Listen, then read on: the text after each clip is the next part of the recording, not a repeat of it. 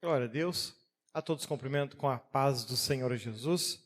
Fechamos os olhos, oramos, falamos com Deus. Altíssimo Deus e amado Pai, que a Tua graça e a Tua bênção estejam no nosso coração, na nossa vida, para que nós possamos nos aproximar cada vez mais de Ti. Derrama sobre nós Teu Espírito, Teu poder e a Tua graça, para que consigamos, ó Senhor, compreender a Tua palavra e guardar nela tudo aquilo, ó Deus, aleluia, que precisamos para a nossa salvação. Fortaleça-nos com Teu poder e com Tua graça, e em Tuas mãos estamos, para a glória do Pai, do Filho e do Espírito Santo de Deus. Amém? Graças a Deus. Peço só que baixe um pouco o meu retorno, que está muito alto. Eu estava vendo a tela, eu vou mudar. Que esse fundo branco e letra preta não dá para enxergar muito bem. Ele fica bem ruim de enxergar aí. Eu vou mudar, vou fazer que nem a gente faz ao longo dos cultos. O fundo preto e a letra branca, fica muito mais claro, né? Eu vou ajustar isso. Em apresentação, o bom é sempre, já fica de sugestão para aqueles que gostam de fazer as apresentações, né? O fundo ele tem que ser sempre escuro e a letra clara, né? E com pelo menos o dobro do tamanho que está aparecendo aí. Mas aos poucos a gente vai melhorando, né? Graças ao bom Deus. Nós concluímos no último estudo o capítulo 38, né? Vimos ali a questão a doença e a cura de Ezequias, que ele ora e ele clama a Deus, e Deus ouve a sua oração ao ele clamar pela sua saúde, ao ele clamar e colocar em ordem a sua casa, se propor a colocar em ordem a sua casa, né? Só por Deus enviar um profeta e alertar ele disso, isso já mostra o relacionamento que ele já tinha com Deus. Porque não é habitual Deus fazer algo assim tão específico com todas as pessoas que existem. Uma ilusão que se cria é das pessoas acreditarem que Deus ama todo mundo do mesmo jeito, o que não é verdade. Ele deu oportunidade de salvação para todo mundo sem exceção. Isso é fato, tanto é que ele deu o seu filho para morrer na cruz. Por isso ele diz, Deus amou o mundo de tal maneira que deu o seu filho unigênito. Deus amou o mundo, não o individual. Porque quando a gente vai para o individual, a gente pode dizer que aí as coisas começam a mudar. Quando a gente fala de coletivo, Deus amou todo mundo sem exceção. Em outras palavras, ele deu a mesma oportunidade para todas as pessoas sem exceção. A Bíblia diz que a única exceção que a gente pode dizer é aqueles que pecam contra o Espírito Santo. Esses são uma exceção à regra. Agora, quanto aos demais, a oportunidade é a mesma, o amor é o mesmo, certo? Lembra que quando a gente estuda 1 Coríntios capítulo 13, nós estudamos lá na série Atitudes, ele fala sobre as características do verdadeiro amor, Porque na maior parte das vezes o que as pessoas sentem umas pelas outras não é amor na linguagem que a Bíblia traz. Elas sentem prazer de estarem juntas, elas sentem atração física e outras características voltadas a isso que chama muito atenção para a paixão, não amor. Tanto é que os casamentos hoje acabam durando tão pouco, né? Porque o que um sente pelo outro não é aquilo que a Bíblia chama de amor. É uma paixão, né? A hora que o divórcio aparecer, a hora que uma das partes acabar morrendo, você não morre junto, né? Dura um tempo o teu luto e daqui a pouco tu está feliz da vida com outra pessoa e dizendo que ama aquela também, né? E isso é o normal, isso é o aceitável, é assim que deve ser, né? Agora, quando a gente fala de amor na linguagem que a Bíblia fala, nós estamos falando de algo que deve ser eterno. Eu não amo Deus até o dia da minha morte, eu tenho que amá-lo para a eternidade, porque isso é eterno. É importante que a gente possa desenvolver na nossa mente categorias, vamos dizer assim. Porque o cristão acaba tentando tratar amor como se fosse uma coisa só e acaba entrando em muita confusão por causa disso. Ou mega valorizando esta ou aquela pessoa. Eu não sei ser feliz sem a Ana estar do meu lado. Mentira. Que Deus abençoe que nunca aconteça, mas se amanhã ou depois ela resolver ir embora, eu vou continuar feliz do mesmo jeito, da mesma forma, não vai mudar nada. Justamente porque as coisas têm que ser encaradas como temporárias. Porque Deus pode decidir amanhã levar ela ou qualquer um de nós. E a vida tem que acabar por causa disso? Não, a vida continua. Acaba para aquele que partiu. Por isso que se diz que viúvo é aquele que morre. Porque aquele que aqui fica, daqui a pouquinho casa é novo. E é vida que segue. Foi muito bom enquanto durou. Então a gente acaba encarando a vida e percebendo que os relacionamentos aqui na Terra eles são momentâneos e temporais e assim devem ser. Ninguém é insubstituível na minha vida, ninguém é insubstituível na tua vida. Cada pessoa, ela tem o seu papel, ela tem a sua função, e quando tu casa com outra pessoa, ela não substitui a anterior. Nem se deve fazer esse tipo de comparação. Às vezes quando as pessoas, essa é muito melhor que a que tinha antes. Não, nem melhor nem pior. Cada uma exerceu o seu papel na época e no momento que viveu. Simples assim. Não faça comparação entre as pessoas. Cada uma pessoa é diferente uma da outra, até porque a gente tem o hábito, enquanto a pessoa me serve, é a melhor pessoa do mundo.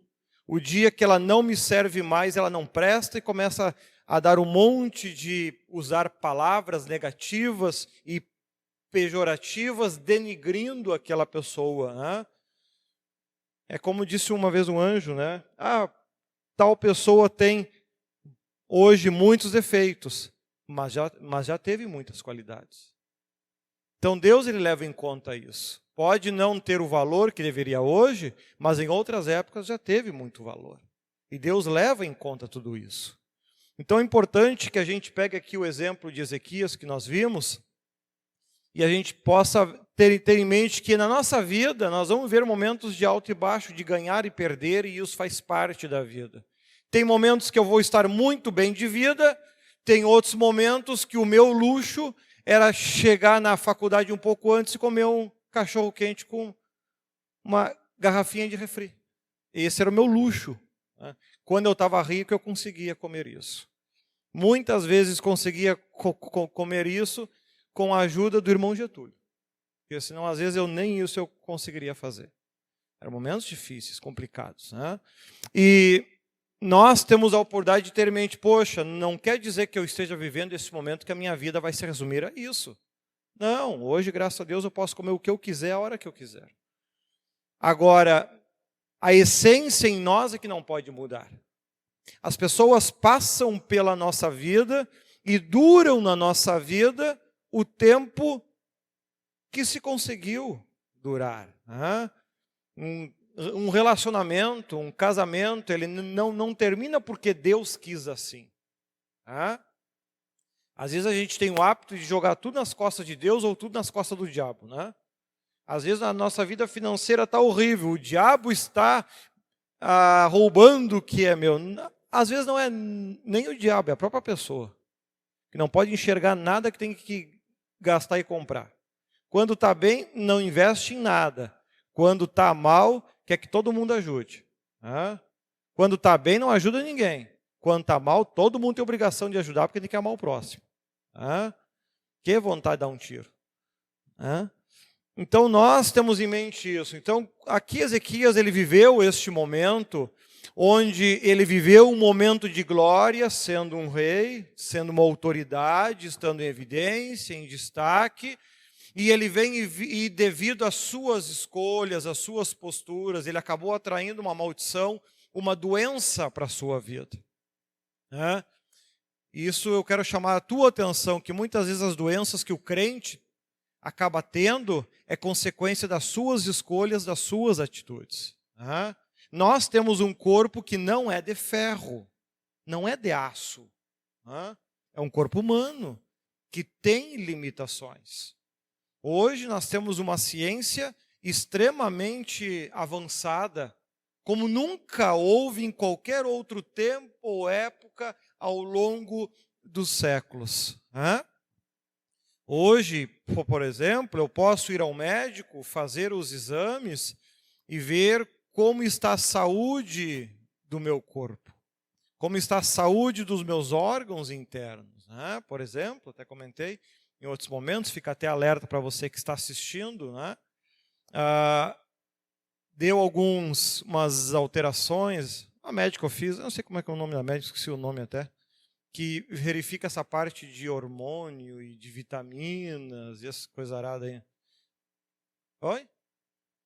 Endocrinologista, isso mesmo, obrigado. Eu fui lá para fazer um check-up com ela, que eu nunca tinha feito exame nessa área, e ela achou lá umas alterações em mim, só na questão do fígado, né? É um índice lá que eles falam, eu não entendo nada dessas coisas. Estava 4 vezes acima do nível normal. Né? Ela pediu que eu fosse procurar um especialista. Eu fui no especialista, fiz uma carreata de exames e até ecografia para ver o sexo do nenê. Né? Passou aquele monte de meleca lá e coisa arada. E aí deu tudo normal, graças a Deus. Não tem gordura em fígado, que antigamente o médico achava que era. Provavelmente era esse mesmo problema já, mas o outro médico achou que era gordura e me deu um remédio para gordura no fígado e pronto. Aí ele disse, olha, até aqui os seus exames deram todos bons, deu só essa alteração. Deve ser por causa de algum medicamento. Né? Mas, por enquanto, vamos só monitorar. Eu vi aqui na tua ficha que tu não bebe, né? Graças a Deus, nunca bebi. É porque tu é proibido de beber. Tu não pode tomar nada de álcool, porque senão tu pode vir no futuro ter graves problemas de fígado. Ou seja, então há uma instrução que a Bíblia traz, que o cristão ele não deve beber nada com álcool. Né? Eu digo, nós estamos no século 21, onde temos uma ciência que consegue, através de exames, dizer, este não teria problema se bebesse, aquele não tem problema se bebesse. Né? Como é que tu faria isso há 3.000 anos atrás, há 4.000 anos atrás? Não tem, daqui a pouco, por permitir um pouquinho de álcool, Deus poderia encurtar a vida de muitos jovens, de muitas pessoas na terra. Assim como aqui Ezequias não descreve a doença, o motivo, mas algo que ele fez, que ele comeu, que bebia, sei lá, encurtou a sua vida de tal forma que o próprio Deus disse que ele ia morrer, através do seu profeta. Houve erros da parte dele com relação à saúde dele.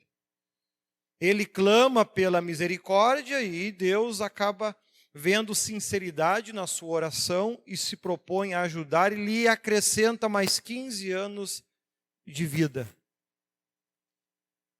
Numa época como essa. Nós temos visto, ao longo de toda a Bíblia, que cada pessoa ela nasce com um ministério diferente, com um trabalho diferente. Cada pessoa nasce com uma fé até mesmo diferente. Uns conseguem crer com mais facilidade, outros têm mais dificuldade de conseguir acreditar. Uns nascem para pregar, outros nascem para louvar. Uns nascem para uma profissão de venda, né? São excelentes vendedores. Eu, se tivesse que vender alguma coisa, morri de fome. Outros já têm um talento para vender assim que é fora do sério. Né? Então, cada um nasce com um talento que Deus deu a cada um. Né? E a gente precisa fazer um uso muito bom disso. Agora, o objetivo, a meta é a mesma, independente do cargo. O bispo não pode, por exemplo, na questão da bebida, a gente poderia aplicar isso na comida também, né? Porque Romanos, ele abre esse parêntese, acho que é Romanos, que diz, não é Romanos, eu lembro, que diz, quem come, não discuta com quem não come, né? Mas aquilo que não é feito por fé é pecado. Então ele abre um parênteses aqui para um tipo de pecado, vamos dizer assim, que muda de uma pessoa para outra. Daqui a pouco, se eu faço aquilo, eu não estou cometendo pecado. Se você faz isso, tu vai estar pecando. Vamos dizer assim, uma categoria de pecado que muda de uma pessoa para outra. Um exemplo disso, né? Eu falei, tem a questão da bebida, mas a comida também dá para usar muito bem isso. Se eu tivesse problema de diabetes alta, né? Se em algum momento eu abusar do doce, eu estou me matando. Eu estou cometendo suicídio lento. Isso é pecado. Se eu, bispo Leandro, em algum momento abusar do doce, não vai fazer diferença nenhuma. Já que ao longo da minha vida eu controlo a minha alimentação, controlo o meu peso, e ainda não tenho problemas de diabetes, açúcar no sangue. Então, se um dia eu abusar do doce, para mim não faz mal nenhum. Uma pessoa que já tem problema, se fizer isso, está cometendo suicídio lento, está pecando. Então, muda de uma pessoa para outra. E outras categorias que a gente poderia apontar aqui, onde a gente consegue aplicar o mesmo conceito, mas não vem ao caso, daqui a pouco eu estou induzindo essa ou aquela pessoa a fazer isso ou aquilo. Mas o que eu quero chamar a tua atenção é quando a Bíblia diz, Mateus 7, não julgueis, porque existem comportamentos e atitudes que entram neste exemplo, né, que a gente viu. Se algum irmão achou o texto aí, pode falar onde ele está localizado, né? Se não me engano é Romanos, se não me engano. Que fala, quem come, não discuta com quem não come. Então aqui Ezequias ele trouxe este exemplo para nós, em que nós temos que realmente seguir aquilo que a Bíblia diz. Que a Bíblia diz, sede perfeitos, como é perfeito o vosso Pai que está no céu. E ela não diz isso, esse ensinamento não é... Romanos 14? Eu sabia que era Romanos, tá bom, tá certo. Romanos 14. A Bíblia, ela não diz que este ensinamento é específico para bispo, para pastor, para evangelista, como acontece em alguns ensinamentos, né? Por exemplo, que o bispo, uma exigência que seja casado com apenas uma mulher. É uma imposição a ele. Que não seja espancador. Então, há alguns ensinamentos que são específicos a ele. Porém, quando a gente... então eu sou diácono, eu posso casar com quantas eu quiser? Nós vamos chegar lá. Aí que entra a questão, que a gente compreende a aplicação de tudo isso. Porque quando Jesus disse, sede perfeitos como é vosso Pai que está nos céus, ele não está fazendo isso em específico para bispo, ou para pastor, ou para apóstolo, ou para discípulo, mas está generalizando, está falando para todos, sede perfeitos como é o vosso Pai que está nos céus.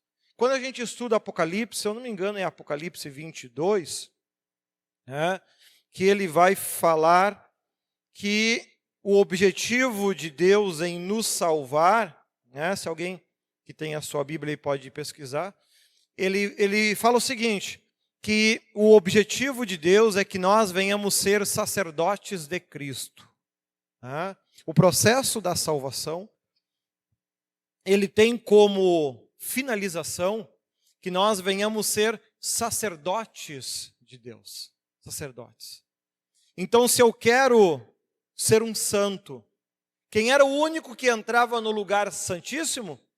Sacerdote. Então, o objetivo de Deus é nos levar para o céu. Para que eu possa entrar no céu, entrar no paraíso, eu tenho que ser um sacerdote. Eu não posso entrar num lugar santíssimo sem ser um sacerdote. Então, as exigências que tinha lá para o sacerdote, na sua maneira de comer, na sua maneira de beber, na sua maneira de vestir, na sua maneira de andar, na sua maneira de se relacionar, tinha que ser alguém que conhecesse muito bem a Bíblia, porque ele era um juiz diante do povo. Então, estas exigências, elas são aplicadas não apenas ao pastor, ao bispo, ao apóstolo, ao missionário, ou seja lá qual for o nome que utilize aqui na terra, mas é aplicado a todo mundo. Todos têm que conhecer bem a Bíblia. Um sacerdote tem que conhecer bem a Bíblia. Por isso que todos vocês, independente do cargo que vocês exercem, vocês têm que ler a Bíblia, têm que conhecer a Bíblia. Não tem como chegar no céu um dia se não conhecer a palavra de Deus. Porque isso é uma exigência do sacerdote. Se eu não me engano, ou é Apocalipse 20, 21, 22, é por ali que ele fala isso. Então aqui nós vemos que Ezequias, ele arrumou o problema para a sua vida que ele não precisava passar. Ele não precisava viver um momento assim de quase morte. Não precisava. Viveu porque ele cometeu erros, ele não observou a Bíblia. Independente do cargo que você tenha, ou quem sabe seja apenas um membro, é aquele que vem à igreja e ajuda, é um patrocinador, não exerce uma função, mas é um patrocinador, financia as obras que são realizadas. Essas pessoas também são importantes e necessárias na igreja. O trabalho não é só estar aqui atrás, ou nas portarias, ou qualquer outro trabalho. Há pessoas que todo mês vão dar ofertas especiais importantes além dos seus dízimos, que vai permitir que a gente faça essa obra, e elas vão estar fazendo a obra tanto quanto aqueles que estão aqui atrás. Então nós percebemos, poxa, eu tenho que olhar para a minha vida, olhar para aquilo que eu vou viver e fazer. Qual é a minha meta? Ser um sacerdote. Essa é a minha meta. Esse é o meu objetivo. Porque eu quero entrar no lugar santíssimo, eu quero entrar no céu um dia. Então aquilo que os sacerdotes, eles podiam fazer, eu posso fazer. Aquilo que eles não podiam, eu não devo fazer. Porque o próprio Cristo diz: sede perfeitos como é o vosso Pai que está no céu, sede santos como eu sou santo, sede meus imitadores. Então, esta preocupação com isso. Então, a gente aprende que nós temos que ter uma vida inteligente, uma vida equilibrada, ter em mente que tudo que a gente conquista aqui na Terra é temporário, é momentâneo, vai durar o tempo que as nossas capacidades permitirem, ou que Deus definir. E é vida que segue, porque tudo que a gente pega para a nossa vida aqui na Terra, tem que ter em mente: tudo que eu tenho deve me ajudar a alcançar a salvação. Tudo.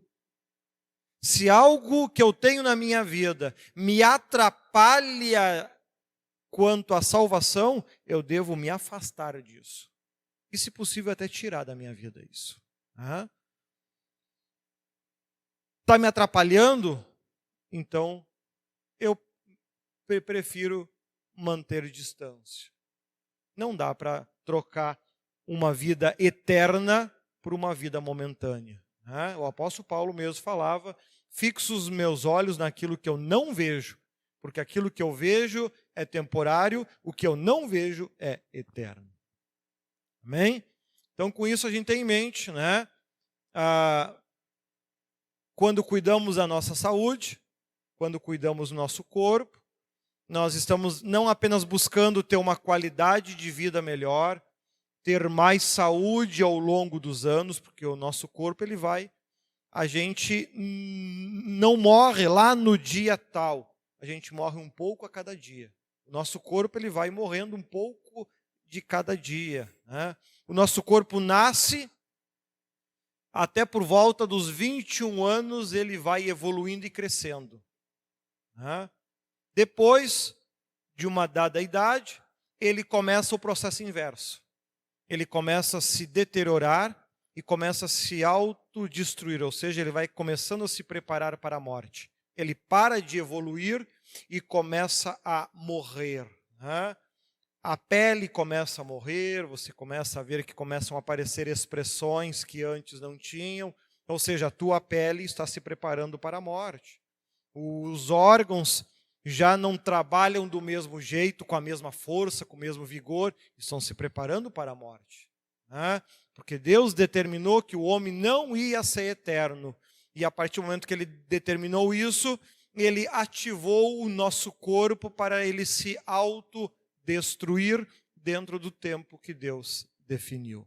Deus definiu uma evolução para esse corpo e Deus definiu que ele vá se autodestruindo. Se o corpo não envelhecesse, como diz a ciência, se as nossas células não oxidassem, né, nós seríamos praticamente eternos, né? O grande problema é a oxidação das nossas células, ou seja, como diz, aquilo que nos dá vida também nos toma, né? Que é o oxigênio, né? Se você pegar um pedaço de ferro e deixar mergulhado na água, ele não enferruja. Quem gosta de ser econômico, como é que você faz para um bombril durar muito mais? Pega um vidro de pepino, enche d'água e deixa o bombril de molho dentro. Fecha a tampa. Ele não vai enferrujar e vai durar muito mais. Com o passar do tempo, ele vai começar a desmanchar, esfarelar por estar muito na água, mas não enferruja. E o teu bombril dura 3, 4, 5 vezes mais do que duraria se ficasse só ali em cima da esponja. Como é que tu conserva madeira? Deixa de molho na água. Se ela ficar afundada no rio, ali tu vai morrer de velho e ela vai estar ali ainda. Agora, se ela ficar num ponto onde molha, seca, molha, seca, molha, seca, aí ela enferruja.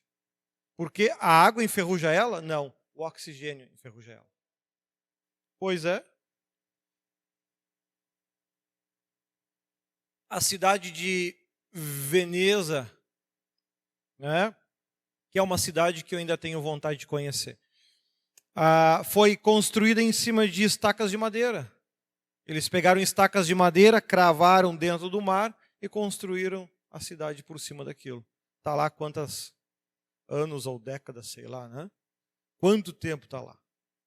E não apodrece, porque está de molho na água. Assim, então, o oxigênio que tu está respirando, ele está te dando vida e te matando ao mesmo tempo. Então, nós vemos aqui, então que aquilo que aconteceu com Ezequias foi consequência das suas escolhas, da sua vida, que não é habitual Deus ele sair falando individualmente para cada um. Tu está errado nisso, tu tem que mudar nisso. Tu está errado naquilo, tu tem que mudar naquilo. Não é habitual, não é normal, até porque não faria muita diferença no povo geral fazer esse tipo de coisa.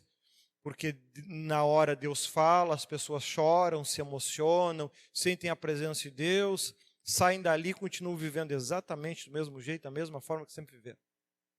Não muda nada, né? Apenas acham lindo Deus falar, só isso.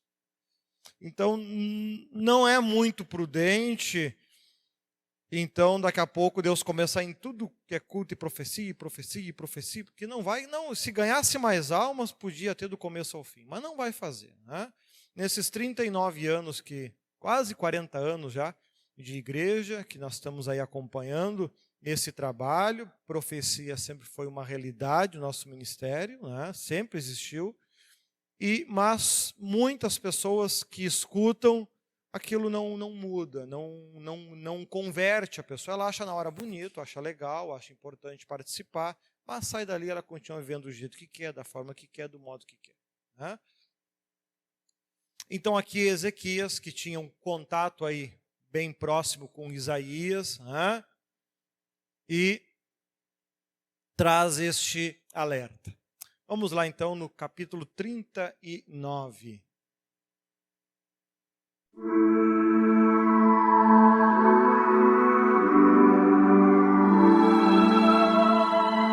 Isaías, capítulo 39.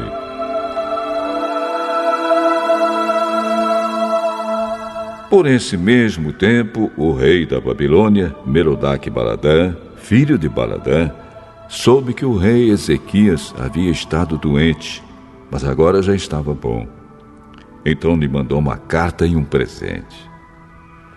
Ezequias recebeu bem os mensageiros e lhes mostrou toda a sua riqueza, isto é, a sua prata e o seu ouro, as suas especiarias, os seus perfumes e todas as suas armas. Não houve nada nos seus depósitos ou em qualquer outro lugar que Ezequias não mostrasse. Então o profeta Isaías foi falar com ele e perguntou: de onde vieram esses homens? E o que foi que lhe disseram?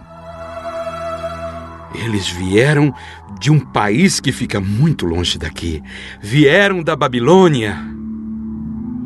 O que foi que eles viram no palácio? Viram tudo. Não houve nada nos depósitos que eu não lhes mostrasse.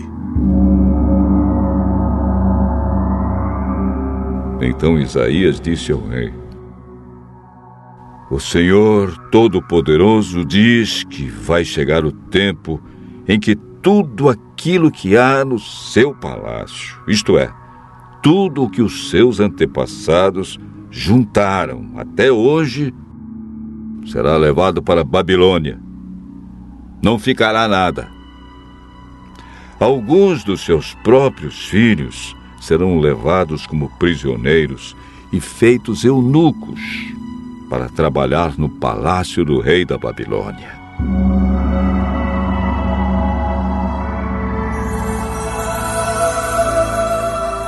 O rei Ezequias entendeu que isso queria dizer que durante a vida dele haveria paz e segurança.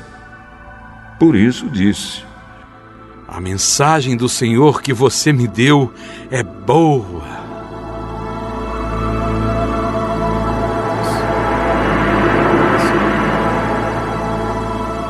Versículo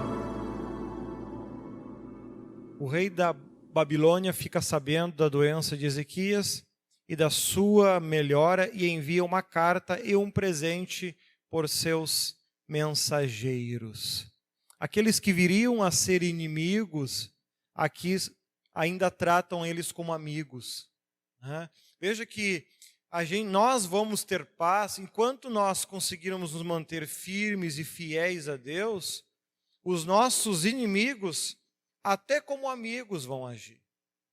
O problema está quando há infidelidade em nós. Aí aqueles que poderiam ser amigos se tornam inimigos. Veja só que interessante isso. Versículo 2. Ezequias se sente honrado, mostra tudo quanto tinha a eles.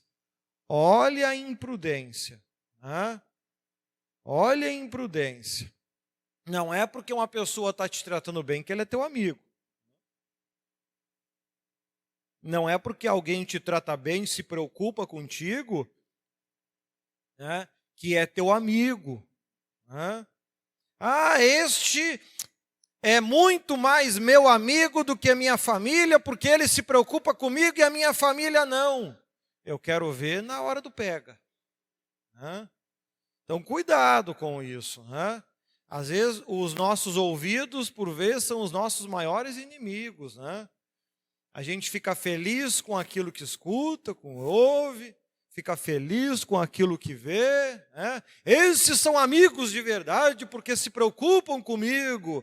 Cuidado, porque a mesma mão que está te acariciando hoje é que vai fincar a faca nas suas costas amanhã. Né? Cuidado com isso. Né? Nem tudo que reluz é ouro, diz a Bíblia. Né? Por vezes, aqueles que estão sempre à nossa volta não se preocupam com nós. Se preocupam ali na hora. Se preocupam, mandam mensagem, diz que te ama e aquela papagaiada toda. Quando você enfrenta algum problema difícil na vida, aí ele some. Então, cuidado com isso. Não tira todo mundo para amigo, não tira todo mundo para companheiro, não tira todo mundo. Este é a melhor pessoa do mundo, porque está sempre na minha volta, se preocupando comigo e aquela história toda. Cuidado com isso. Eu tenho um amigo, sou um amigo desse que eu me entendo por gente, quase, o Alexandre. E eu acredito que a gente conversa todo dia. Agora, se visitar, eu acho que é uma visita de 10 em 10 anos, e olha lá. Eu não lembro dos aniversários dele, ele não lembra dos meus. Agora, sempre que a gente precisa um do outro, a gente sempre teve ajuda um do outro. Até essa semana ele estava no hospital, ele tem problema de diabetes, excesso de peso, aquela história toda, e teve que baixar o hospital por causa de um pé. Aí orei com ele, mandei umas ajudas para ele, e aí ele me mandou uma mensagem ontem feliz que já tinha ganhado alta e que já ia para casa. Ou seja, nós somos muito amigos e não tem esse negócio do aniversário, que é importante, porque ele sabe que eu não dou bola para aniversário, e ele entende isso. Assim como ele também nem esquenta a cabeça com isso, com relação ao meu, porque não interessa que lembre de mim no dia do meu aniversário. Não, é importante que a gente lembre um do outro todo dia. Parece que ele faz aniversário em julho, mas nem sei ao certo também. Porque não importa isso. Agora, quando ele precisa e eu tenho condições de ajudar, eu ajudo ele, ele sabe disso. Assim como houve meses que ele me pediu ajuda, disse, mano, agora esse mês eu não consigo te ajudar. Mas se até a metade do mês me entrar algum dinheiro, eu te ajudo. Aí Deus abençoou, entrou para mim, eu mandei para ele. E assim a gente vai se ajudando. E não há aquela preocupação, porque é o aniversário, porque é a data, porque é o Natal, porque é o Ano Novo. Que troço chato isso, esse amor imposto, Tu só me ama se tu me lembrar do meu aniversário. Se não lembrar do meu aniversário, tu não me ama. Mas que raio de amor falso, sem vergonha é esse, che? Que é cheio de C. Não, eu gosto disso. A minha personalidade é assim, A dele é muito semelhante. A gente não dá bola para esse negócio de data, de aniversário.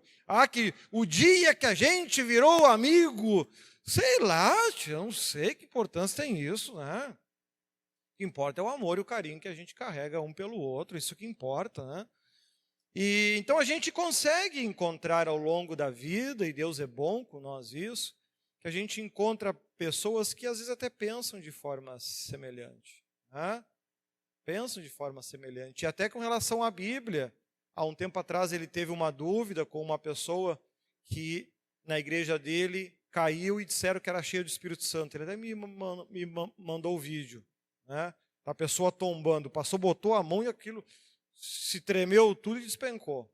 E lá falar que o cara estava cheio do Espírito Santo. Ele disse, mano, o que tu acha disso? Eu disse, olha, maninho, é diabo. Eu digo para ti, se essa pessoa não orar, ela vai ter muita desgraça e muita maldição na vida dela. É demônio que entrou nela. Então, mesmo ele estando em outra igreja, que tem acho que Assembleia de Deus, acho que é. Também não faz muita diferença, porque hoje em dia, cada um,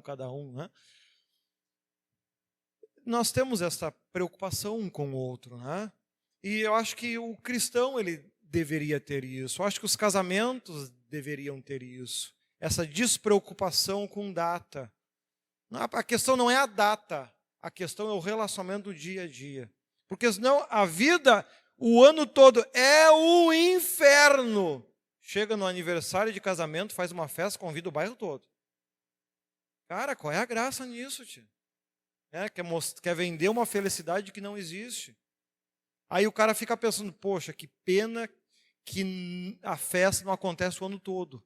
É só no dia do casamento e no dia do aniversário, né? Só pode comer bolo lá em casa no dia do aniversário, no resto do ano não. Aí a pessoa passa o ano todo com vontade de comer um bolinho, né? Não, no dia do meu aniversário eu vou fazer. Poxa vida, né? A gente deveria festejar a vida todo dia, não lá uma vez por ano, né? Mas enfim. Então vemos aqui, Ezequias foi imprudente, confiou em pessoas apenas porque se preocuparam com a sua saúde, se preocuparam com a sua enfermidade, se preocuparam com o seu aniversário, se preocuparam com o Natal, com o Ano Novo, e seja lá o que for. Se preocupou comigo, é amigo, trouxe para dentro de casa, mostrou tudo que tinha de bonito. Aí depois quem é que aparece? Isaías. Eu fico pensando, isso me vem na mente agora, que Isaías, para Ezequias, era o cara chato. Eu não vi até aqui Isaías do nada aparecer na vida de Ezequias. Ezequias, tu vai ficar rico. Tu vai ser muito feliz. Toda vez que Isaías aparece, traz alguma desgraça. Hã? Na anterior, Isaías apareceu e disse para ele: tu vai morrer. Agora Isaías aparece de novo. Isaías vai até o rei e pergunta: quem são aqueles homens? E Ezequias responde que eram de uma terra distante, a Babilônia. E Isaías pergunta: o que fizeram na tua casa? E ele respondeu: tudo. E Isaías, da parte do Senhor, responde: haverá um tempo, no tempo de seus filhos, que tudo será levado à Babilônia, nada aqui ficará, e até os teus filhos serão levados para serem eunucos. Ezequias fica feliz com a mensagem, pois compreende que então, no seu tempo, teria paz. Puxa, que desgraça. Quem é que vai morrer?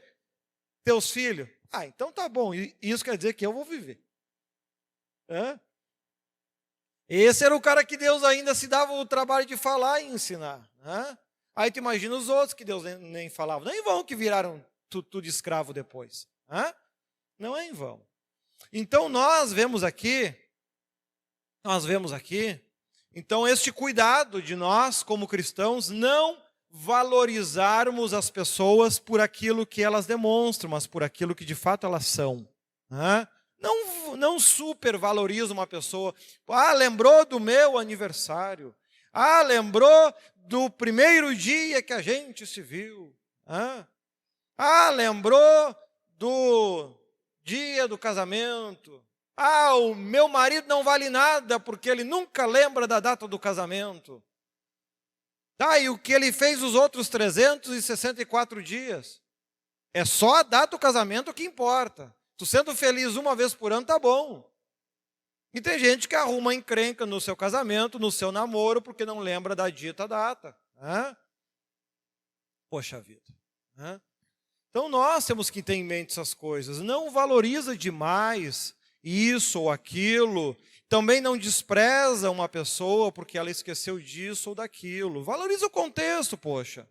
No geral, pegando como tudo, você é feliz ao lado dessa pessoa? Sou. Então toca o barco, levanta a mão para o céu e agradece 500 vezes, poxa.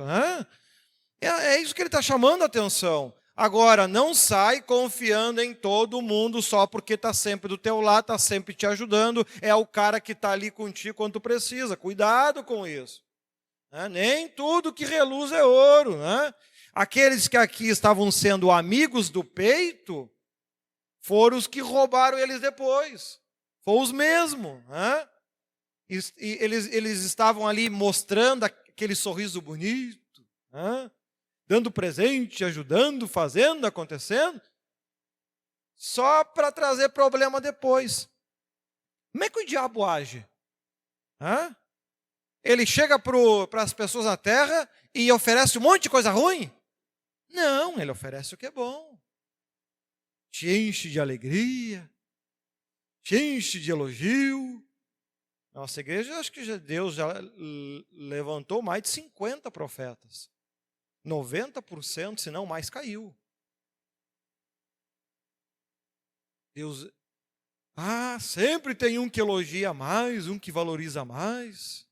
Que este enxerga as minhas qualidades. Cuidado com isso. Né? Às vezes o diabo está naquela pessoa te enchendo de alegria, de coisa para te botar, para te levar para o inferno depois. É só para te tirar do caminho certo. Né? Nós temos que cuidar dessas coisas, sermos prudentes. Temos que amar as pessoas? Sim, claro que sim. Mas supervalorizar? Não, a salvação é individual. Quem tem que saber o que é certo sou eu. Né? Não é porque lá na igreja de um grande amigo caiu alguém no chão e o pastor disse que é o Espírito Santo, que eu vou sair acreditando também que é Espírito Santo. Pô, não, para lá, amizade é amizade, evangelho é evangelho. Né? Certo é certo, errado é errado. Né? Então cuidado com isso. Né? Cuidado com isso. Não compara as coisas. O salmista, quando estamos no livro de Salmos, ele fala, ainda ele alerta, dizendo que não te alegre ou não te entristeça com a alegria ou a desgraça do ímpio.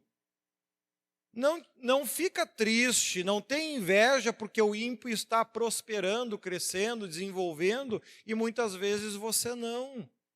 Não faça isso. Ele está crescendo, prosperando, desenvolvendo, não é para salvação, é para condenação dele. O diabo está enchendo ele de coisas, benção, dinheiro, para levar para o inferno depois. Um exemplo, olha o Michael Jackson, que era de uma família cristã. No ano que ele morreu, a família dele faturou $1 bilhão. No primeiro ano da morte dele. Duvido alguém mais vencedor que ele. E onde é que está hoje? Não sei, mas pelo que tudo indica, no céu, não. Valeu a pena? Não. Era melhor ter sido pobre que então. Pelo menos hoje estava num bom lugar. Então a prosperidade é importante, Deus quer que a gente tenha isso? Claro que quer. Agora, cuidado para ela não ser a raiz que vai te conduzir ao mal. O dinheiro é a raiz de muitos males, né? E a própria Bíblia alerta, e muitos transpassaram a si mesmo com muitas dores devido ao amor ao dinheiro. Né? Então, cuidado com isso. Né? Crescer na vida é bom? Claro que é. Desenvolver na vida é bom? Claro que é. Mas isso está te levando para o céu ou para o inferno? Isso está te salvando ou te condenando? Né?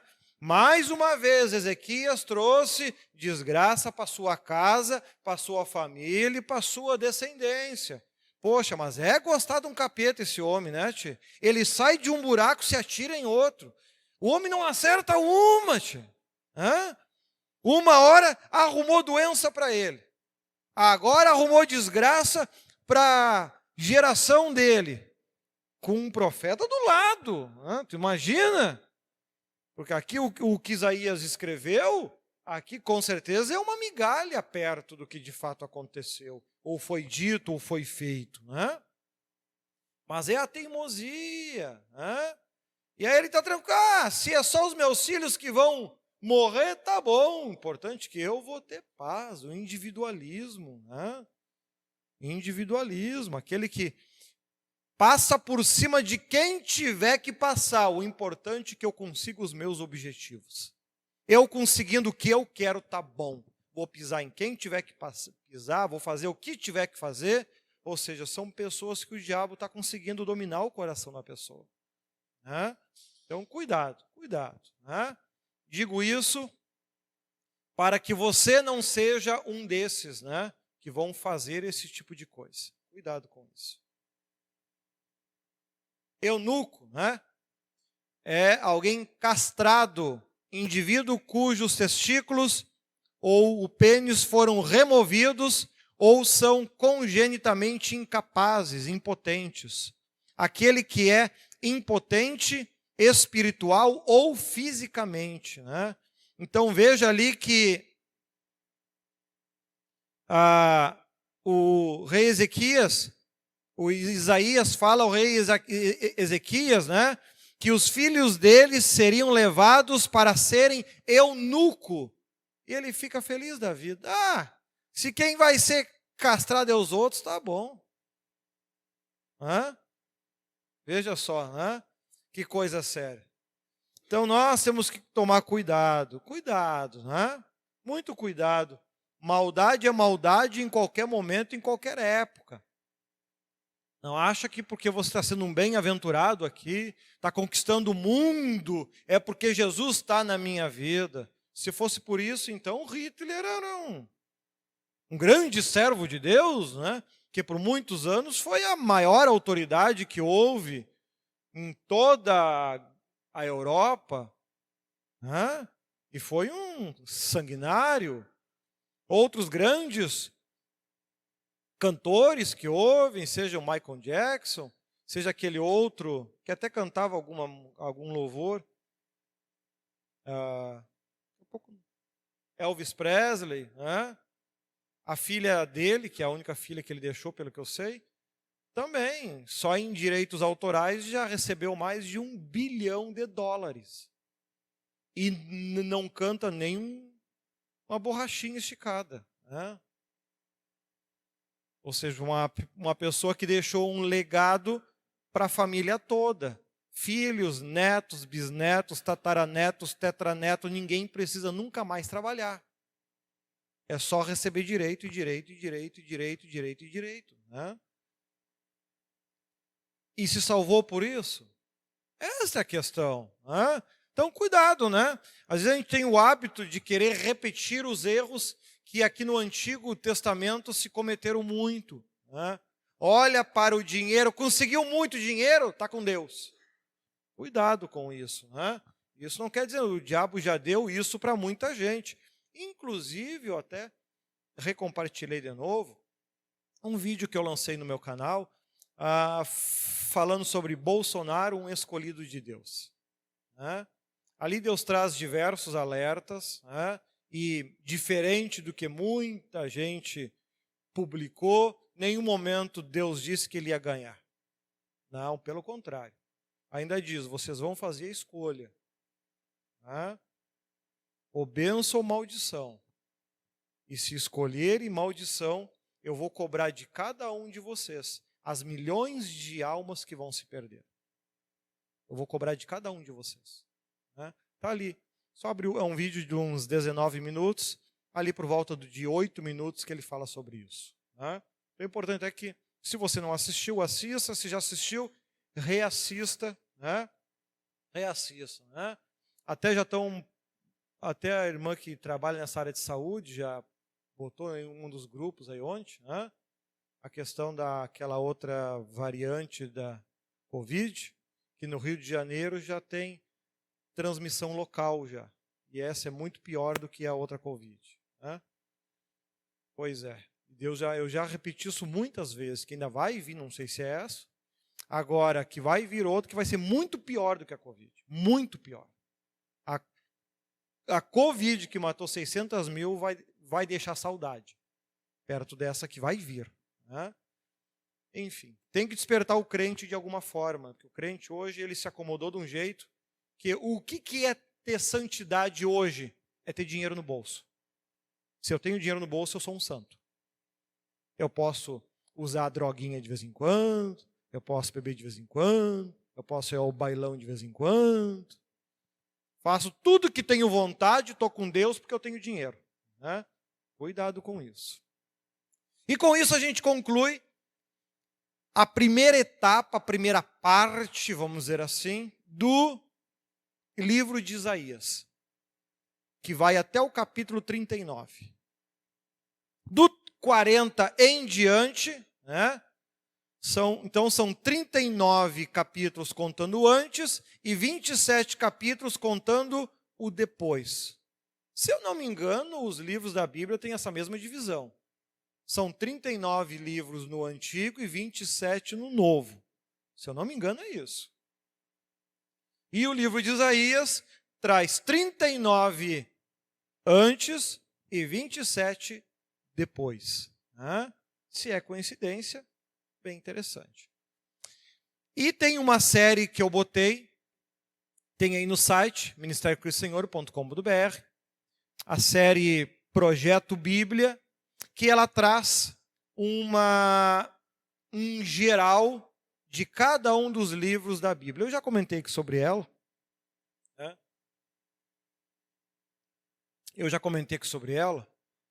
E eu tive contato há muitos anos com essa série. Quando eu assisti ela pela primeira vez. E a primeira vez que eu assisti, eu não gostei. Não gostei porque eles, quando fizeram os vídeos, eles botaram muitas interpretações pessoais. E para mim estavam erradas. Completamente erradas. E eu abandonei essa série. Aí, uns 2 anos, quando eu acabei caindo nela de novo, assisti ela de novo, eu vi que alguns dos vídeos tiveram já mais de 6 atualizações, ou seja, eles perceberam que estavam errados. E agora ela traz uma visão geral do livro sem entrar em questões de interpretação. Ela não interpreta os textos, ela passa o que o texto fala. E ficou muito bom mesmo, e é muito legal antes a gente estudar esses tópicos, né? A gente poder assistir a esses vídeos. Então, nós vamos começar a partir de hoje, então. Já vimos, eu acho que em algum outro momento, e vamos ver agora, então, sobre essa nova etapa, né? Que é o que acontece por volta de 300 anos depois. De Isaías 40 em diante, são textos que foram escritos uns 300 anos depois do que esses que a gente estudou até agora.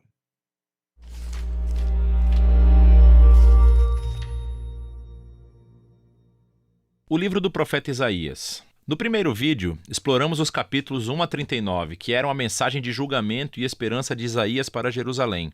Ele acusou os líderes de Israel de rebelião contra Deus e disse que, através da Assíria e depois da Babilônia, o reino de Israel desmoronaria através do julgamento de Deus. E assim o capítulo 39 concluiu com Isaías prevendo a queda de Jerusalém para a Babilônia e o exílio. E 100 anos depois de Isaías, tudo isso aconteceu, tristemente. Mas a maior esperança de Isaías era uma nova Jerusalém purificada, onde o reino de Deus seria restaurado através do futuro rei messiânico e todas as nações se uniriam em paz. E assim, os capítulos 40 e seguintes exploram essa grande esperança. A primeira sessão principal, dos capítulos 40 a 48, abre com um anúncio de esperança e conforto para Israel. As pessoas são informadas que o exílio babilônico acabou e que o pecado de Israel foi tratado. Uma nova era está começando. Então todos devem voltar para Jerusalém, onde o próprio Deus trará o seu reino e todas as nações verão a sua glória. Agora, vamos parar por um momento, porque esse anúncio de abertura levanta uma grande questão. Quem está dizendo tudo isso? De quem é a voz que ouvimos nessas palavras de esperança? A perspectiva do profeta nesses capítulos é a de alguém que vive após o exílio. Em outras palavras, no período de tempo descrito por Esdras Neemias. Mas Isaías morreu 150 anos antes de tudo isso acontecer, então, como devemos interpretar isso? Bem, há muitos que pensam que ainda é Isaías falando da sua própria época, mas que ele foi profeticamente transportado, por assim dizer, 200 anos no futuro e que ele está falando para as futuras gerações, como se o exílio já tivesse passado. No entanto, o próprio livro de Isaías nos dá algumas pistas de que alguma outra coisa provavelmente está acontecendo. Nos capítulos 8, 29 e 30, nos é dito que após Isaías ter sido rejeitado pelos líderes de Israel, ele escreveu e selou em um pergaminho todas as suas mensagens de julgamento e esperança, e que ele o passou para os seus discípulos como uma testemunha nos dias por vir. Por fim, Isaías morreu à espera de que Deus reivindicasse suas palavras. Agora, lembre-se, os capítulos de 1 a 39 foram projetados para nos mostrar que as previsões de julgamento de Isaías foram cumpridas no exílio. Ele é um verdadeiro profeta. E assim que o exílio terminou, os discípulos de Isaías, que guardaram as suas palavras por tanto tempo, abrem o pergaminho e começam a aplicar suas palavras de esperança na sua própria época. Assim, nessa visão, o livro de Isaías consiste na primeira coletânea das palavras de Isaías, bem como dos escritos de seus discípulos proféticos, que Deus usa para estender a mensagem de esperança de Isaías às futuras gerações. Qualquer que seja o ponto de vista, todo mundo concorda que esses capítulos estão anunciando que a esperança futura chegou, que Deus está cumprindo as promessas proféticas de Isaías. E assim o profeta espera que Israel responda, tornando-se o servo de Deus. Isso é, depois de experimentar a justiça e misericórdia de Deus através da história, eles começarão agora a compartilhar com as nações quem Deus verdadeiramente é. Mas não é isso que está acontecendo. Em vez de testemunhar às nações, Israel está realmente reclamando e até acusando Deus. Eles dizem que o Senhor não presta atenção aos seus problemas. Na verdade, ele está ignorando a sua causa. O exílio babilônico, compreensivelmente, fez com que Israel perdesse a fé em seu Deus. Quer dizer, talvez ele não seja tão poderoso. Talvez os deuses da Babilônia sejam muito melhores do que o nosso Deus. E assim, o resto desses capítulos, de 41 a 47, são criados como uma cena de julgamento. Deus está respondendo a essas dúvidas e acusações com os seguintes argumentos. Primeiro, ele diz que o exílio da Babilônia não foi negligência divina. Pelo contrário, foi divinamente orquestrado como um julgamento pelo pecado de Israel. Segundo, foi por causa de Israel que Deus levantou a Pérsia para conquistar a Babilônia, para que eles pudessem voltar para casa cumprindo as palavras do profeta Isaías. Portanto, a conclusão correta que Israel deve tirar é que o seu Deus é o rei da história, não os ídolos das nações. Na queda da Babilônia e na ascensão do rei da Pérsia, Ciro, Israel deveria ver a mão de Deus no trabalho e assim tornar-se seu servo, dizendo às nações quem ele é. Mas, no final do julgamento, capítulo 48, descobrimos que Israel ainda é tão rebelde e duro quanto seus ancestrais. E assim, Deus os desqualifica como seus servos. Mas Deus ainda está em uma missão para abençoar as nações. E assim, o profeta diz que Deus vai fazer uma coisa nova para resolver esse problema, que passa para a próxima sessão, de 49 a 55. Somos apresentados a uma figura que se chama servo de Deus, que vai cumprir a missão de Deus e fazer o que Israel não conseguiu fazer. Deus dá a esse servo o título de Israel e envia essa pessoa em uma missão para, em primeiro lugar, restaurar o povo de Israel de volta ao seu Deus e, em segundo, tornar-se a luz de Deus para as nações. E nos é dito que esse servo é capacitado pelo Espírito de Deus para anunciar boas novas e trazer o reino de Deus sobre todas as nações. Soa como o rei messiânico dos capítulos 9 e 11. Mas então aprendemos a maneira surpreendente de como o servo trará o reino de Deus. Ele será rejeitado e espancado e finalmente morto pelo seu próprio povo.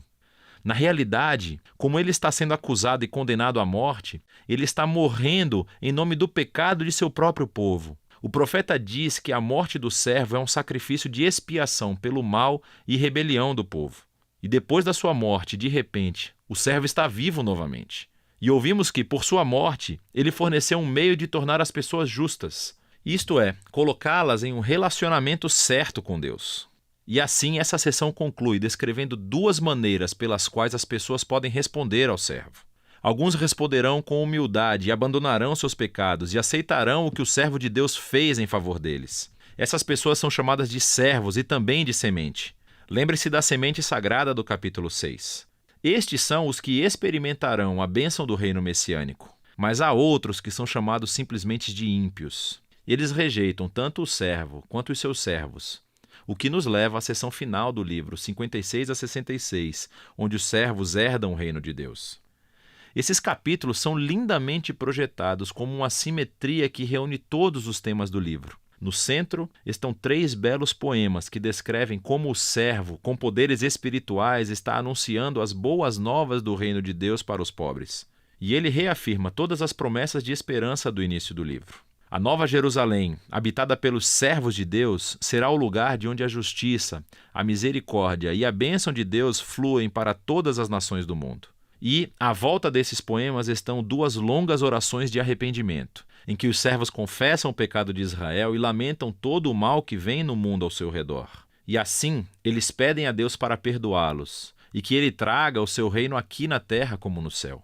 Agora, de cada lado dessas orações, há coleções de mais poemas que contrastam o destino dos servos com o dos ímpios que os perseguem. Deus diz que ele trará justiça a todos os que poluem o seu mundo bom com o seu mau egoísmo e idolatria, e que ele vai removê-los de sua cidade para sempre. Mas os servos, aqueles que são humildes diante de Deus e que se arrependem e dominam seu mal, são perdoados. E eles herdarão a Nova Jerusalém, que descobrimos ser uma imagem para uma criação inteiramente renovada, onde a morte e o sofrimento se foram para sempre.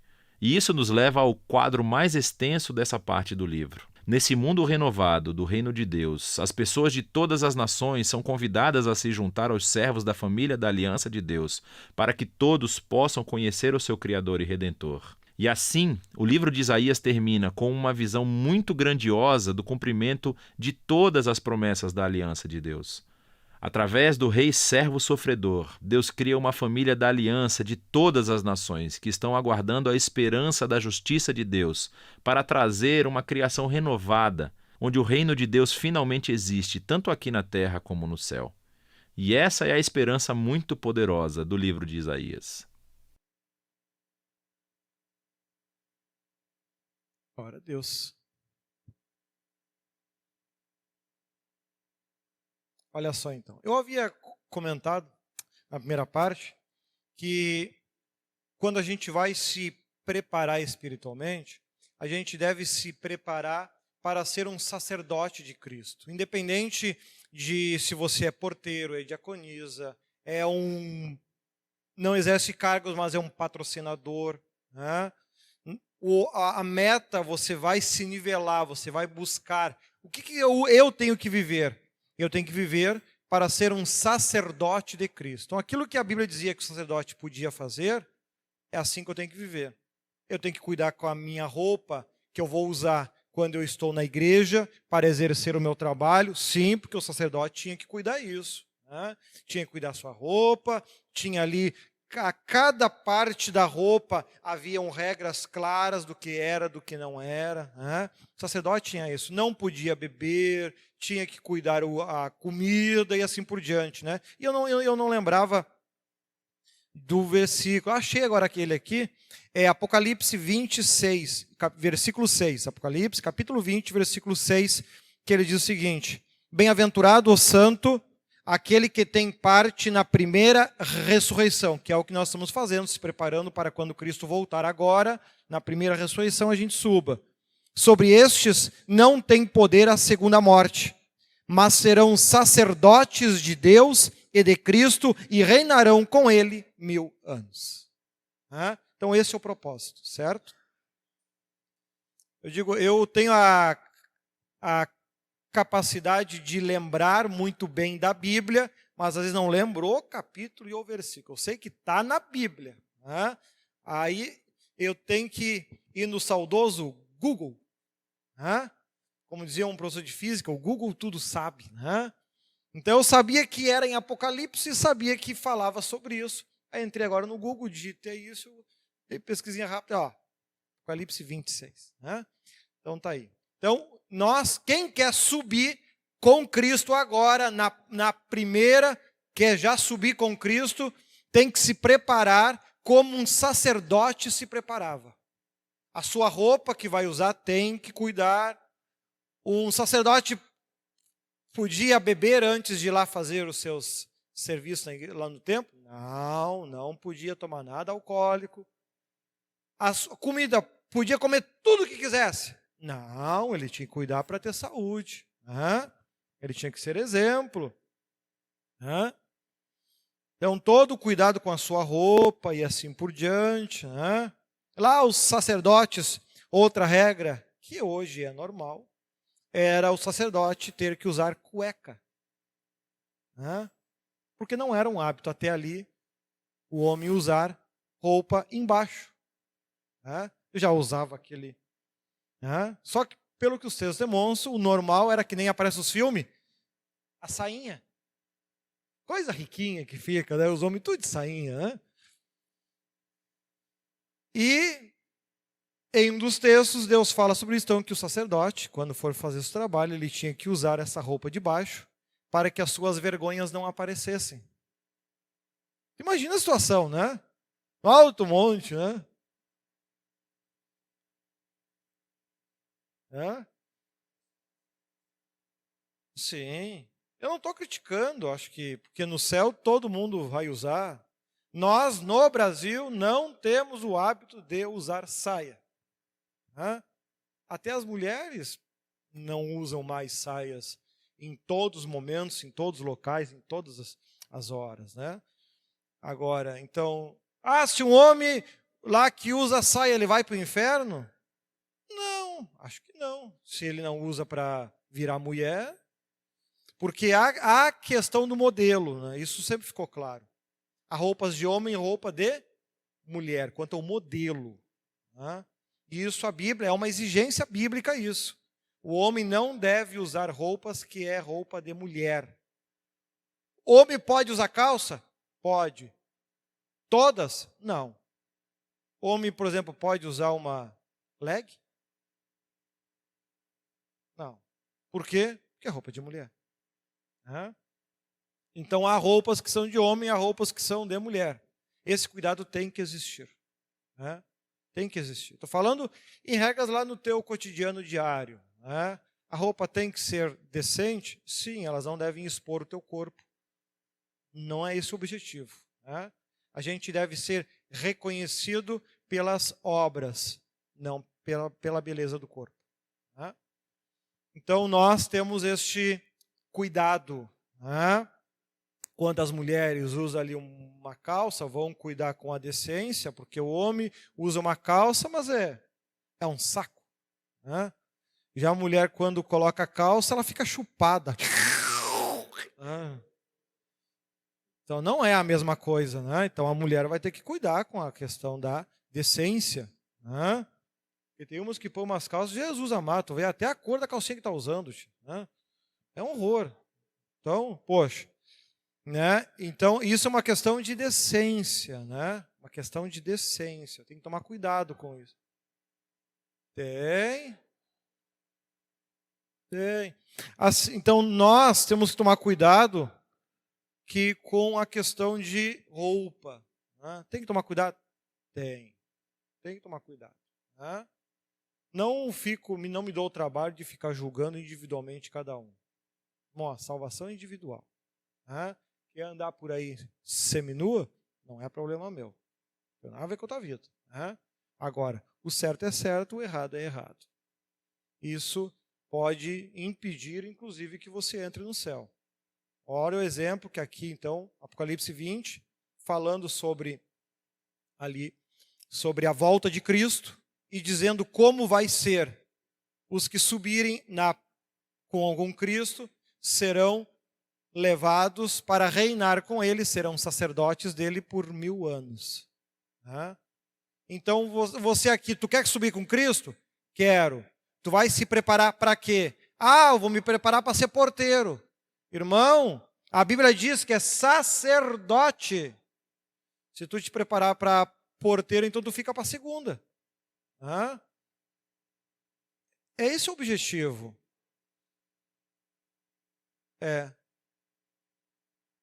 Porque depois da volta de Cristo, ainda tem a oportunidade de salvação. Só que uma vez, ouvindo Deus falar sobre isso, vai ser tão difícil que nem ele mesmo acredita que alguém se salva depois disso. Fala.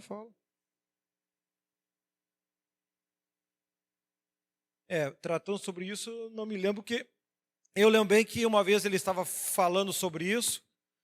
Eu não sou um estudioso do livro de Apocalipse, não tenho esse hábito. Então, nas vezes que ele fala comigo, ele acaba falando sobre outros textos, outros ensinamentos, e não sobre o Apocalipse em específico, porque é um livro que eu devo ter lido, acho, 4 ou 5 vezes só, eu acho.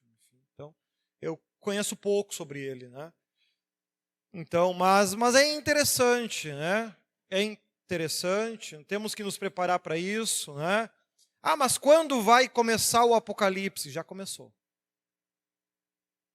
O período do Apocalipse já começou. Claro que essa parte depois eu corto da gravação, mas um dos selos já foi aberto. E a previsão é que até o fim desse ano se abra o segundo. até o fim agora dos últimos dias desse ano. Né? É claro que esse tipo de coisa eu não prego, eu não falo, trago aqui apenas para a curiosidade de vocês. Né?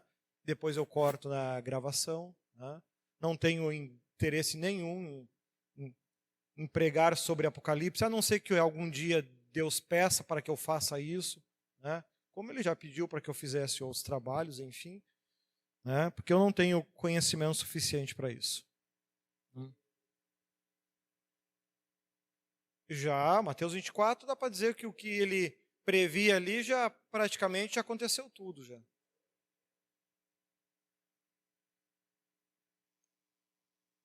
E isso eu até já trouxe um estudo aqui, o tempo da volta de Cristo, né?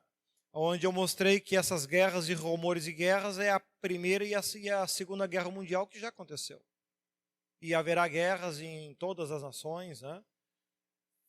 Então, que marcam o início do tempo, que até ali eu trago que eu acredito que a volta de Cristo vai acontecer até no máximo, levando em conta o que Mateus fala, eu acredito que Jesus volta antes de 2000. Tomara que eu erre, até porque eu não sou pregador de Apocalipse, mas tudo indica que vai acontecer antes, porque ali o texto ele prevê que e todas essas coisas acontecerão antes que passe esta geração. Mateus 24 ele termina marcando o tempo. E a Bíblia diz, lá em Gênesis, que o tempo de uma geração é de 120 anos. Né? Mas enfim, mas isso é apenas curiosidades, que eu inclusive eu nem gravo, corto de todas as mensagens onde eu falo sobre isso, né? Porque não é esse o meu objetivo. Né? O objetivo não é estar dizendo quando Jesus vai voltar, até porque, mas ele não fala dia e hora. Eu não falei dia e hora, eu estou falando tempo, época, ano, não dia e hora. Né? Tá para estourar uma terceira guerra, porque as coisas estão pipocando.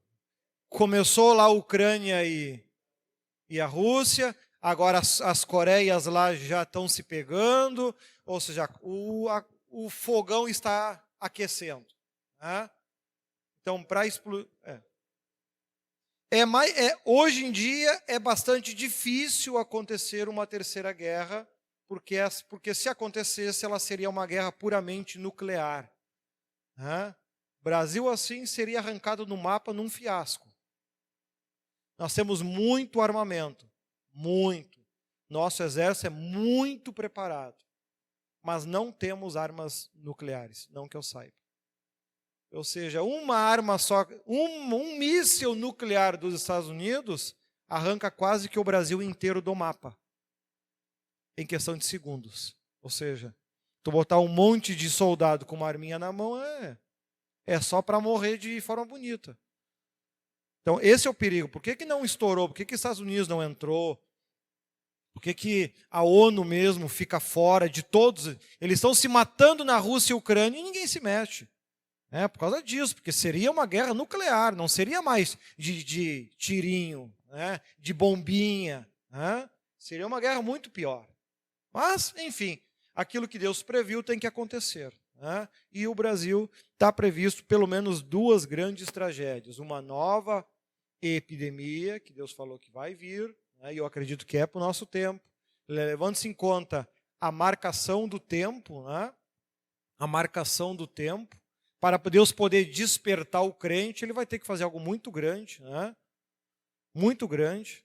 E levando todos os alertas que Deus trouxe nas profecias, né? Que Deus... Ele comentou nesse vídeo que eu falei sobre Bolsonaro escolhido de Deus. E o crente escolheu o Lula.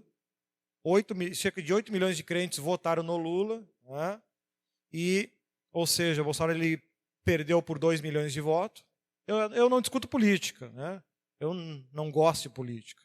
Eu só me apeguei tanto e falei tanto em cima disso porque Deus escolheu o homem, ou seja, então eu tenho, como pastor, como bispo, a obrigação de defendê-lo.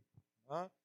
Agora, a realidade é essa, né? O homem se consagrou lá no batuque e o próprio crente foi e escolheu. Não é esse que eu quero, é o consagrado no batuque que eu quero, não aquele que está de joelho na igreja. É uma escolha. Né? E isso vai trazer grandes tragédias. Né? Eu só espero que Deus não fique com peninha, com dozinho, como muitas vezes acaba acontecendo, ele tarda, porque acaba morrendo muito mais gente depois, né? Vimos que Israel e Judá, Deus tardou, né? Um monte, tentou, falou, estamos aqui estudando Isaías, né? Deus é longânimo, riquíssimo em misericórdia, está falando aqui em Isaías, vai falar por cerca de 8 ou 9 livros diferentes, alertando, vai acontecer, vai acontecer, vai acontecer, vai acontecer. E o povo teimando. Também quando a tragédia aconteceu, Israel e Judá, que eram nações, só os bichos caminhavam entre eles. Foram arrancados do mapa, né? Os príncipes grandes se tornaram eunucos, ou seja, tiveram suas partes íntimas arrancadas. O rei teve os seus olhos arrancados e foi jogado na prisão. É aquilo. A consequência piora. Mas Deus é longânimo e Ele tarda em fazer as coisas. Sim, só que depois Ele cobra com juros e correção monetária. Esse é o problema. Quanto mais Ele tarda, mais desgraça e sofrimento vem depois, né? Essa é a questão. Mas, enfim, Ele sabe o tempo e a hora de fazer todas as coisas, Ele não pega desprevenido. O que eu quis chamar a atenção aqui de Apocalipse é porque a história que foi escrita a partir de agora, ela aconteceu de 200 a 300 anos. Uns dizem que foi 200, outros dizem que foi 300, dependendo do estudioso. O que importa é, aconteceu muito mais, foi escrito muito além do que o tempo que uma pessoa vivia nessa época. É isso que importa a informação. Se é 200, se é 300, se é 250, se é 248, não importa. A questão é, foi muito mais tempo do que era possível Isaías viver.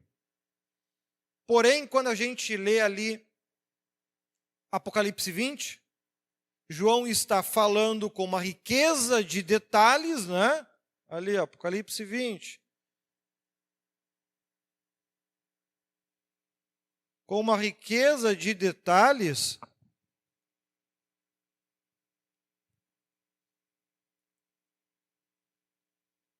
Olha, ó. E vi descer do céu um anjo que tinha a chave do abismo e uma grande cadeia na mão. E ele prendeu o dragão, a antiga serpente, que é o diabo e Satanás, e amarrou-os por 1000 anos. E lançou-o no abismo ali, o encerrou e pôs selo sobre ele, para que não mais engane as nações, até que os 1000 anos se acabem. E depois importa que seja solto por um pouco de tempo. E vi tronos e assentaram-se sobre eles, e foi-lhes dado o poder de julgar, e vi as almas daqueles que foram degolados pelo testemunho de Jesus e pela palavra de Deus, e que não adoraram a besta, nem a sua imagem, e não receberam o sinal em suas testas, nem em suas mãos, e viram e reinaram com Cristo durante 1000 anos. Que são aqueles que vão subir na próxima, na vinda de Cristo. Mas os outros mortos não reviveram até que os 1000 anos se acabaram. Esta é a primeira ressurreição. Bem-aventurado e santo aquele que tem parte na primeira ressurreição. Sob esses não tem poder a segunda morte, mas serão sacerdotes de Deus e de Cristo e reinarão com eles 1000 anos. Quem são esses que não foram ressuscitados? É aqueles que estão em um dos 3 níveis do inferno. Primeiro nível, segundo nível. Primeiro nível que é a escuridão, segundo nível, terceiro nível que é o Hades, né? Esses serão ressuscitados só no juízo final, né? Lá sim, então, é que eles vão ser ressuscitados. Antes não tem por que ressuscitar aqueles, porque eles terão que sair de lá para serem julgados, seja para serem, quem sabe, absolvidos, seja para firmar a condenação ao inferno, né? Mas aqueles que se salvaram, que foram para o amanhecer, que foram lá para o nível 2, o nível 3, enfim, esses serão ressuscitados, voltarão para os seus antigos corpos, né? Para viverem então com esta carne restaurada por 1000 anos, né? Um tempo onde promete muita coisa. E aí depois o diabo vai ser solto por mais um tempo. Né? Esta parte eu também, obviamente, eu vou cortar do vídeo. Eu acredito que quando o mundo foi criado, em 6 dias e ao 7º descansou. Quando ele fez essa afirmação, ele marcou tempo. Porque ele diz também, um dia é igual a 1000 anos é igual a um dia. Com isso ele marcou o tempo de vida da Terra. Né? Durante 6.000 anos, a história da Terra vai transcorrer. Cristo vai voltar e por 1000 anos e um pouquinho, a Terra ainda vai existir, depois será destruída. Porque ele fala ali, por 1000 anos vão reinar e depois o diabo vai ser solto por mais um pouco de tempo. Se nós pegarmos desde Adão, a criação de tudo, até agora, nós estamos aí no ano 5.700 e pouco, 5.800 e alguma coisa. Faltam 1000 e poucos anos aí para fechar o 7º dia.